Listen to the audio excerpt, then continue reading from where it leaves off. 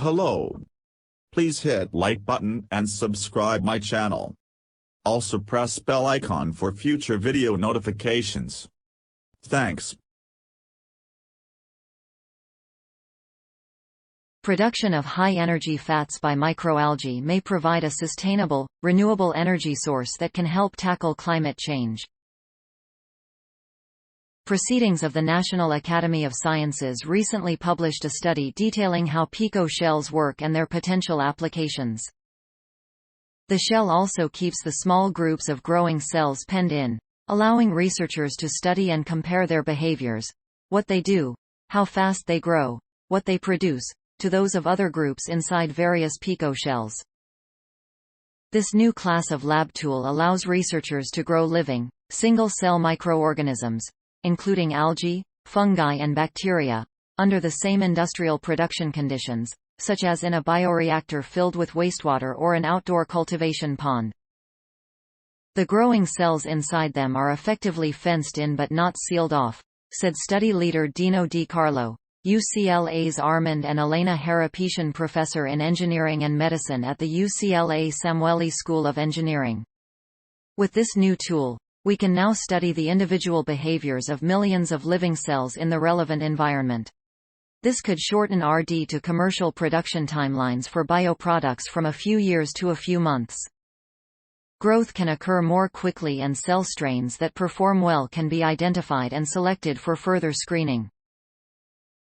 According to the researchers, another advantage of this new tool is that the analysis of millions of PicoShells is automated since they are also compatible with standard lab equipment used for high-volume cell processing. Continuous analysis could result in ideal sets of cells, ones that are already performing well in the environment with suitable temperature, nutrient composition and other properties that could be used in mass production, in just a few days rather than the several months it would take using curran. The shells can be engineered to burst when the cells inside have divided and grown beyond their peak volume.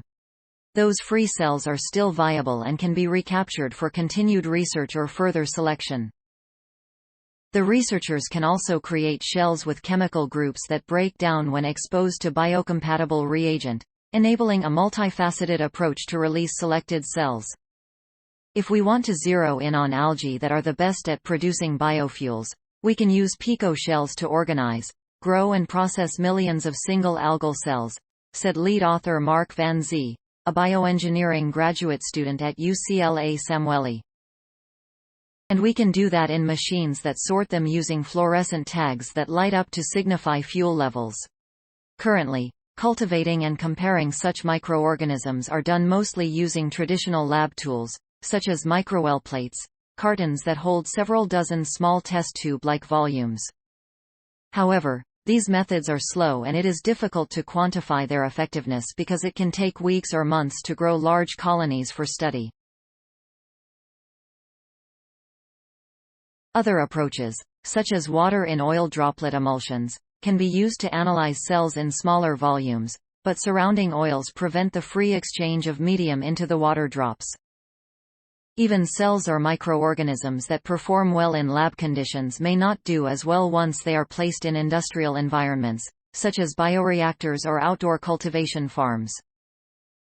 As a result, cell strains that are developed in the lab often do not exhibit the same beneficial characteristic behavior when transferred to industrial production. The researchers demonstrated the new tool by growing colonies of algae and yeast, comparing their growth and viability against other colonies grown in water in oil emulsions. For the algae, the team found that PicoShell colonies accumulated biomass rapidly while algae did not grow at all in water in oil emulsions. Similar results were found in their yeast experiments.